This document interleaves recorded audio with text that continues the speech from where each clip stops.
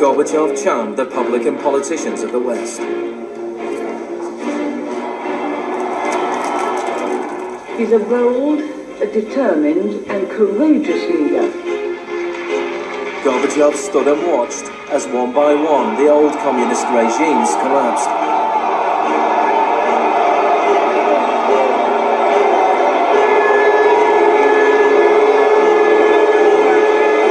At the end of the year, the most famous symbol of the division of Europe came tumbling down.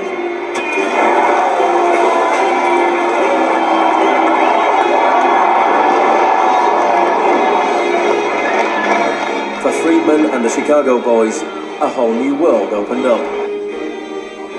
In the Soviet Union, Gorbachev was hoping to gradually reform the Russian economy. In 1991, Gorbachev was invited to the G7 summit in London. He was hoping for financial support for his gradual economic reforms. Instead, he was told that unless he embraced radical shock therapy, there would be no aid at all. That's not a little close. The next month, there was a coup attempt against him. A group of Communist Party hardliners placed Gorbachev under house arrest in his holiday home in the Crimea. Tanks surrounded the White House, the Russian parliament.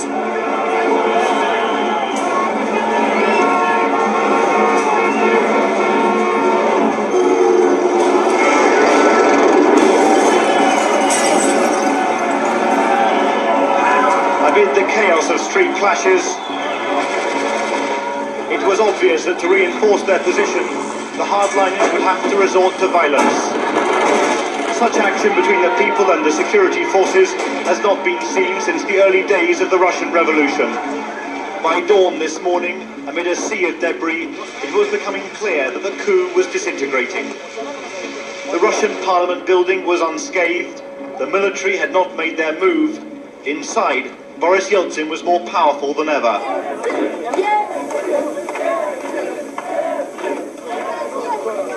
This was Yeltsin's finest hour.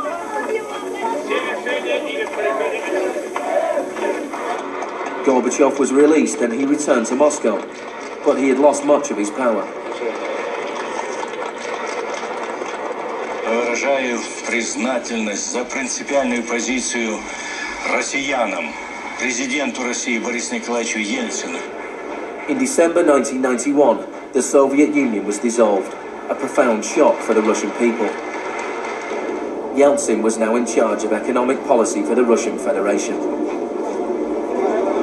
The free market came to Russia. There was chaos. The adoption of Chicago school policies in Russia marked the beginning of a new chapter in the free market crusade. It was all shock, no therapy.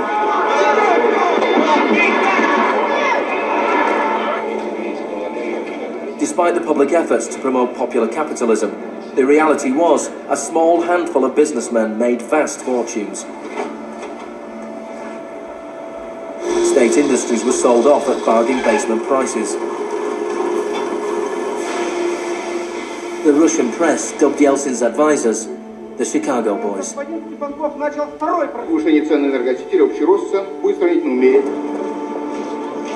Yeltsin's shock therapy meant that in 1992, the average Russian consumed 40% less than in 1991.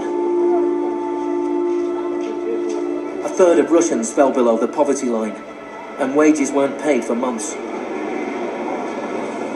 One expert today predicted 140 million Russians will soon be living below the poverty line.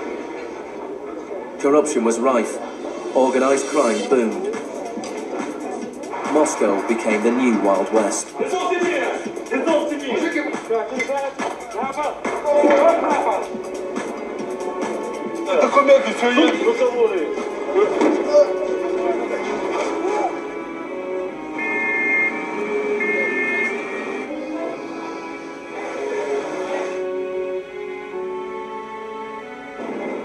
The majority of Russians opposed the Chicago boys' radical vision for their country.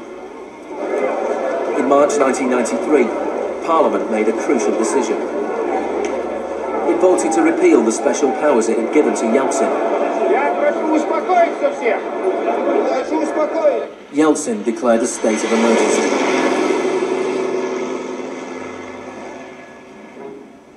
The Constitutional Court ruled that it was illegal.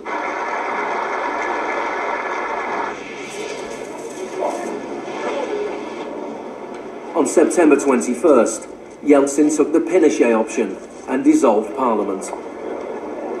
Сегодняшнего дня прерывается осуществление законодательной, распорядительной и контрольной функций съезда народных депутатов. The West threw its weight behind Yeltsin. We feel that Boris Yeltsin is the best hope for democracy in Russia. 2 days later, Parliament voted to impeach Yeltsin by 636 votes to 2. Thousands of supporters of the Parliament gathered outside the White House and marched on the television station.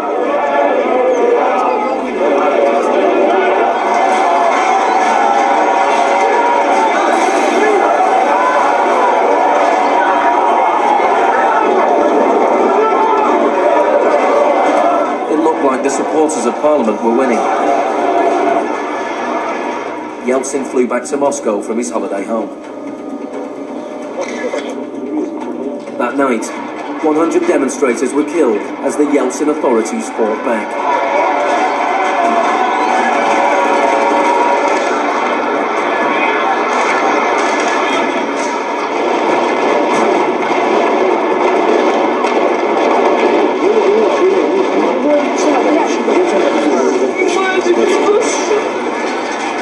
On the 4th of October, he ordered troops to storm the White House, shelling the very building he had defended 2 years earlier.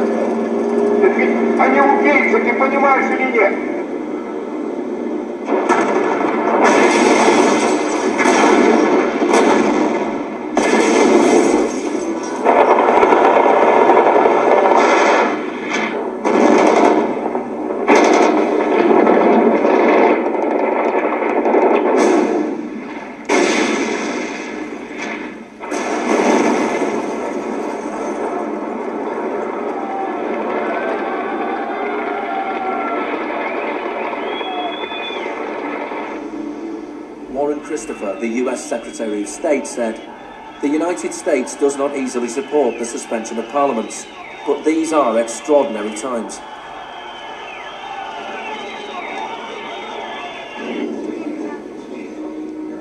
Yeltsin now had absolute power. With the advice of his Chicago boys, he ruled through a form of crony capitalism. Even more state industries were sold off, creating a new class of billionaire businessmen with huge political influence, the oligarchs.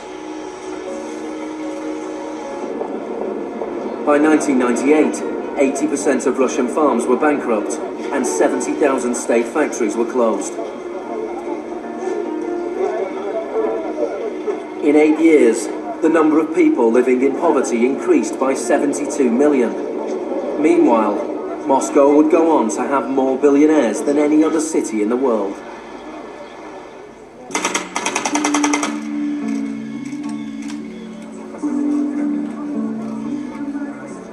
Good afternoon. Thank you for coming. Today it is my honor to announce that I'm submitting the name of Donald Rumsfeld to be Secretary of Defense. I look forward to serving our country again. Rumsfeld had been Secretary of Defense before under Gerald Ford. Then, the enemy we were supposed to fear was the Soviet Union. I'm not saying with certainty that the Russians are coming. I'm saying the trends are here. I'm not saying the Russians are 10 feet tall. I'm saying they used to be 5'3", they're now 5'9.5", and they're growing. Now there was a new enemy closer to home. On September the 10th, 2001, Rumsfeld made a speech laying out his plans to privatize much of the US military. Milton Friedman would have been proud. He said, "The topic today is an adversary that poses a threat. A serious threat to the security of the United States of America. This adversary is one of the world's last bastions of central planning. It governs by dictating 5-year plans. Perhaps this adversary sounds like the former Soviet Union, but that enemy is gone. This adversary is closer to home. It's the Pentagon bureaucracy. Today, we declare war on bureaucracy." The next day, American Airlines Flight 77 crashed into the Pentagon, killing 184 people.